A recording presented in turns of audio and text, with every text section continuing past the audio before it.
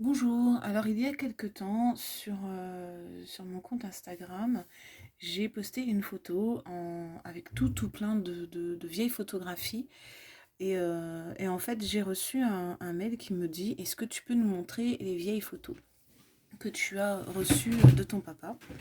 Donc en fait je vais vous en montrer quelques-unes, quelques petites choses qu'il m'a données et que j'ai trouvé vraiment assez exceptionnelles. Donc c'est des photos qui sont très anciennes. J'ai oublié un album un petit peu loin. Voilà. Donc ce sont des photos qui sont très anciennes et qu'il a eu, je crois, de sa femme. Donc il m'en a donné quelques-unes, donc je vais vous en montrer, qui sont assez exceptionnelles. Donc là en fait ce sont des photos des poilus de la guerre de 14-18. Donc il y a plusieurs fois les mêmes photos, mais ce sont toutes des tirages originaux qui ont été faits sur carte postale. Parce qu'à l'époque, en fait, on tirait les photographies, soit on les tirait et ensuite elles étaient donc appliquées sur un carton plus fort, parce que le papier était très fin, soit elles étaient imprimées en format carte postale. Voilà. Donc tout ça, ce sont des poilus. Je trouve qu'ils ont la classe quand même. Ils sont très particuliers. Voilà. Donc toute cette photo, en fait, il m'a donné l'autorisation de m'en servir dans mes collages ou dans mes mises en scène. Parce que je vais avoir pas mal de devoirs de transformation de photographie à faire, en fait. Donc voilà. Là, on a des paysages. Donc quelques paysages. Voilà. Donc c'est toujours pareil, hein, c'est des photos très anciennes ou des photos qui sont tirées en format carte postale. Donc ça c'est Briançon. Voilà. J'ai tout un album avec des paysages magnifiques à l'intérieur. Donc ça, pour tous ceux qui sont dans le coin où je vis, c'est Haute Omnival en 1934. Ce sont des photos très anciennes. Là, on a Châteauneuf. Un peu plus loin, on a les rues de Briançon. Avec une photo là magnifique du château de Pierrefonds. Vous savez, c'est le château où a été tournée la série Merlin. Pour ceux qui sont un peu fans de science-fiction. Oh, pardon. Là, on a encore des paysages magnifiques. Donc, c'est l'Alpe d'Huez. Ah, il est descendu le... Voilà. Donc, ce sont des photos qui sont magnifiques. Elles sont anciennes, ça se voit. Elles sont tachées, elles sont friables pour certaines. Voilà. Ensuite, on a donc des photos que j'ai gardées parce que je trouve que les poses en fait sont très particulières et assez révélatrices de l'époque. Avec des... Bon, celle-là, je peux pas la montrer parce que c'est un petit garçon. Voilà. Encore des poilus. Celle-ci, je l'ai gardée en fait parce que la personne là a l'air de disparaître.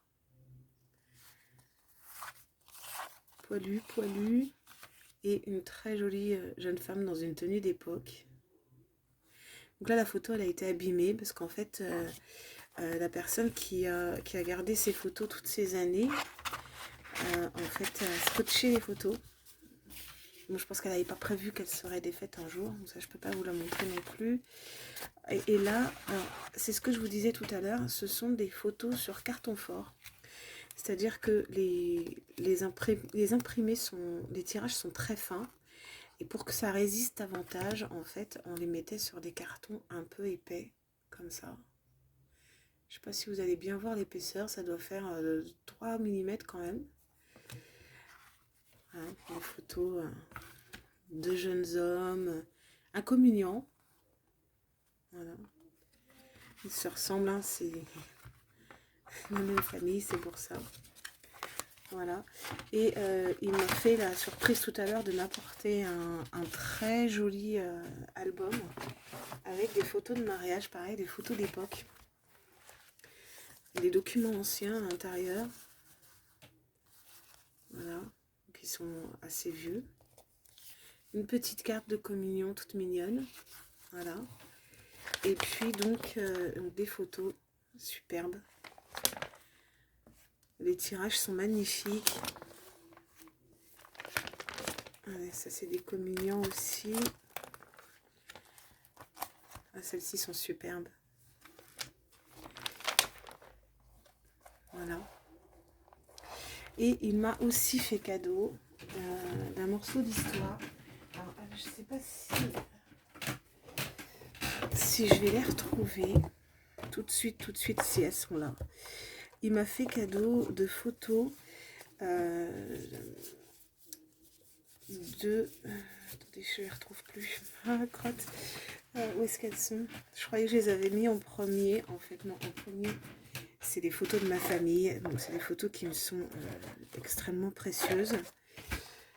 Je fouille parce que je ne sais plus où je les ai mises en fait. Ah, elles sont là. Ce sont des photos de Berlin en 91 en fait.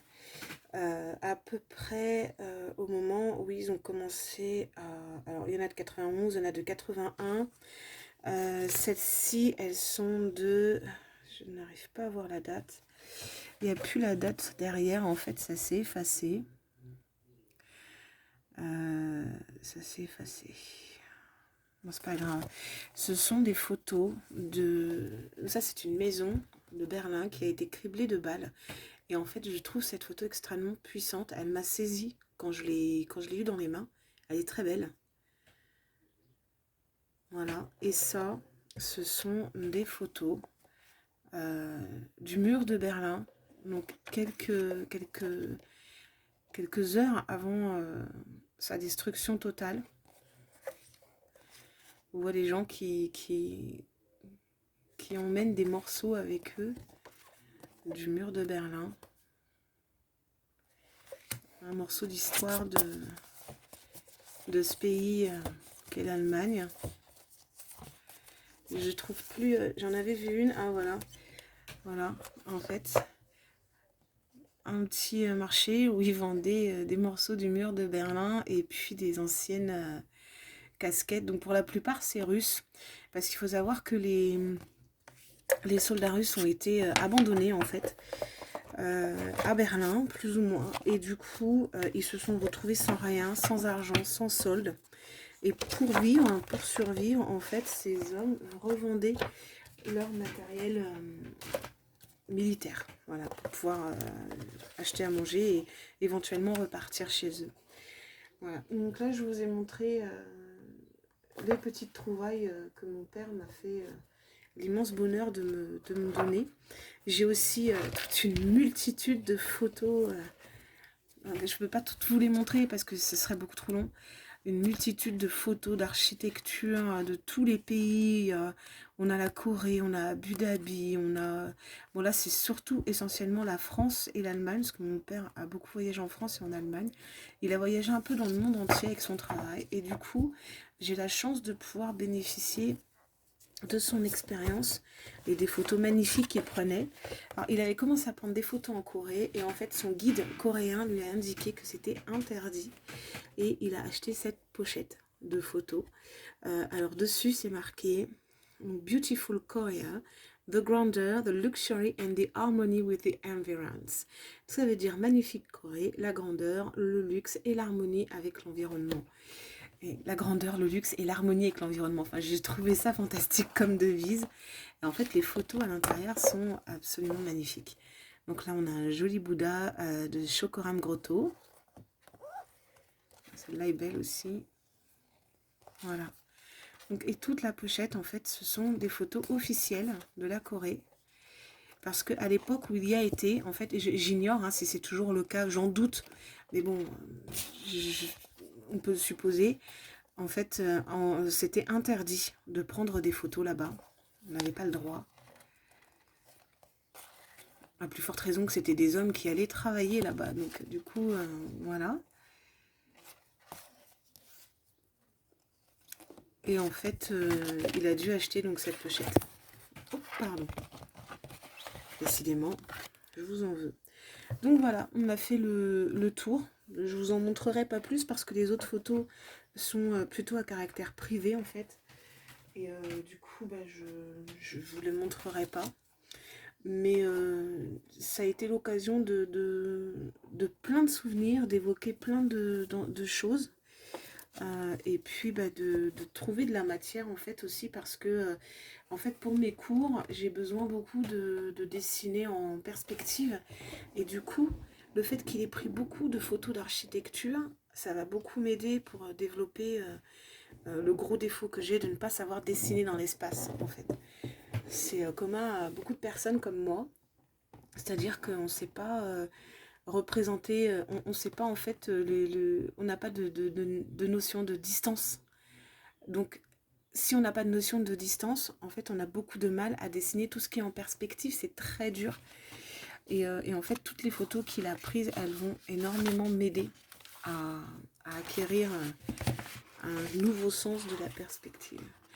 Donc voilà, c'est tout pour aujourd'hui. Il faut que je retourne à mon dessin, que je dois terminer pour aujourd'hui. Et demain, il faudra que je continue de rattraper mon retard sur ma formation parce que je suis restée couchée 4 jours.